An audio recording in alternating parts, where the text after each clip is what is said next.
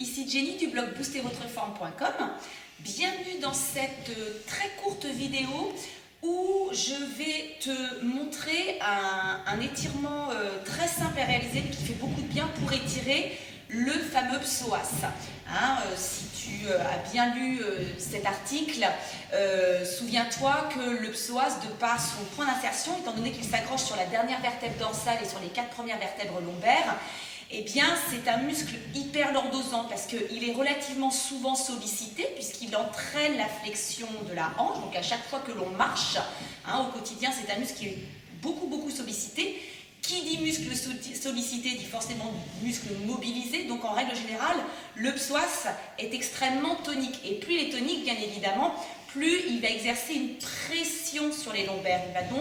Il aurait tendance à accentuer notre lordose naturelle. Et c'est très souvent pour ça que on a mal dans le bas du dos. Un problème de lombalgie peut être dû, 50% des problèmes de lombalgie sont dus à un problème de psoas beaucoup trop tonique.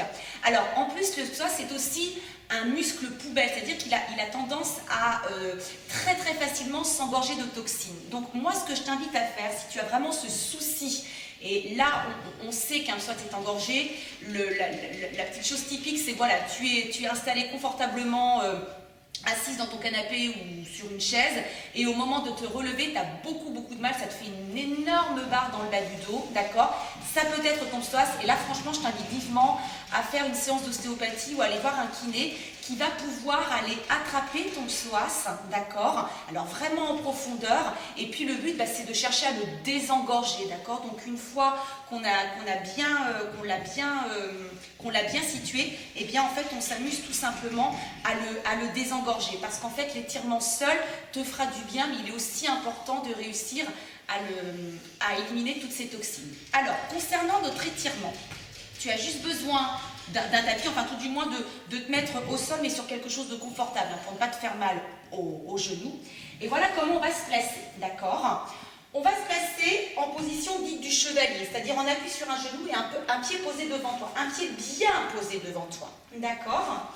Et puis il va s'agir de reculer un petit peu le genou de la jambe de derrière pour plutôt prendre appui sur l'avant de la rotule, d'accord? Tu as la jambe, tu as le pied bien relâché, et tu vas faire très attention à rentrer ton ventre, d'accord, de façon à contracter ton transverse et protéger tes lombaires, ne pas accentuer cette cambrure lombaire, d'accord? Donc on rentre bien le ventre, on fléchit le buste vers l'avant, tu vas prendre appui sur ta cuisse, tu vas monter le bras comme ceci,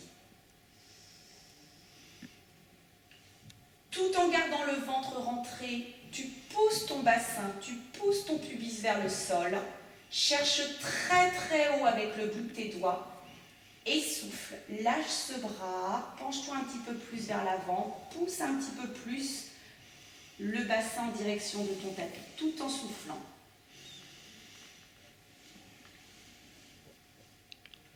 Pour que l'étirement soit bénéfique, on tient 20 à 30 secondes.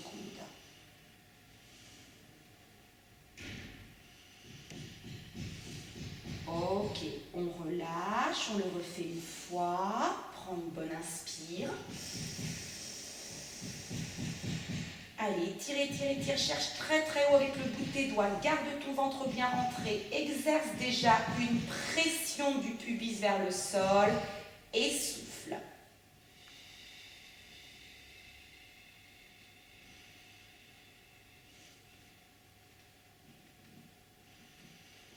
L'expire t'aide à aller un petit peu plus loin. On ne retient jamais sa respiration sur un étirement. Une petite dernière, on relâche, le ventre toujours bien inspire.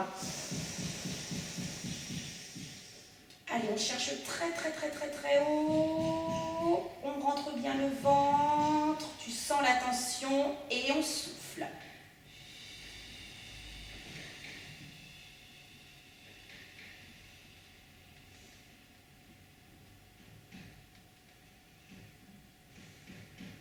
Ok, on relâche et on va faire la même chose de l'autre côté. Sois symétrique dans ce que tu fais, d'accord? Même si tu souffres plus d'un côté que de l'autre, étire toujours bien les deux côtés. Donc on va poser l'autre pied devant soi en position dite du chevalier, bien devant.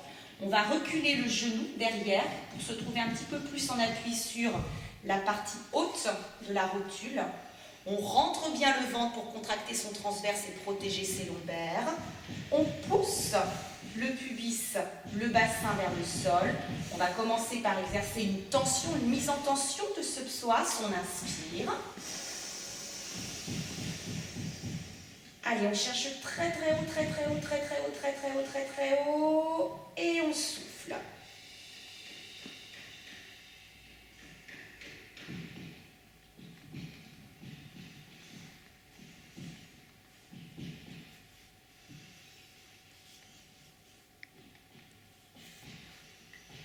Encore, tu relâches un petit peu, tu as le ventre toujours bien rentré, tu inspires.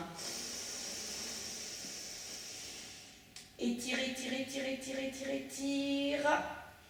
Et souffle.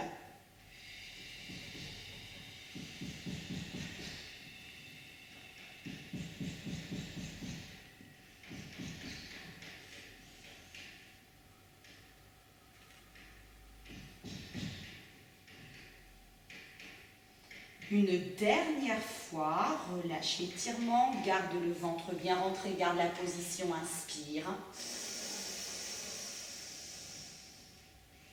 On s'étire, on s'étire, on s'étire, on s'étire, on a le ventre rentré et on souffle.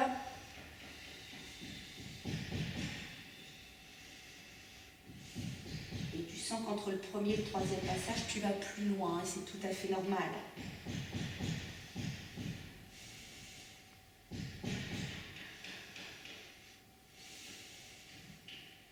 Ok, et on relâche. Alors voilà, tu vois, c'est un petit étirement très très simple qui va vraiment permettre de te soulager. Je rappelle que le psoas est un muscle constamment sollicité, donc c'est un muscle qu'il ne faut d'ailleurs pas sur-solliciter. Et quand c'est le cas, notamment quand on fait une activité physique et sportive comme la marche, comme la course à pied, enfin voilà, c'est vraiment un muscle qui est beaucoup sollicité. Il faut penser à l'étirer. Et ça, c'est quelque chose qu'on ne fait pas. On a l'habitude d'étirer nos cuisses, nos mollets, nos fessiers, mais on ne pense pas à étirer ce psoas et pourtant il est à l'origine de ces maux de dos. Je te laisse là et je te dis à très très vite pour une prochaine vidéo.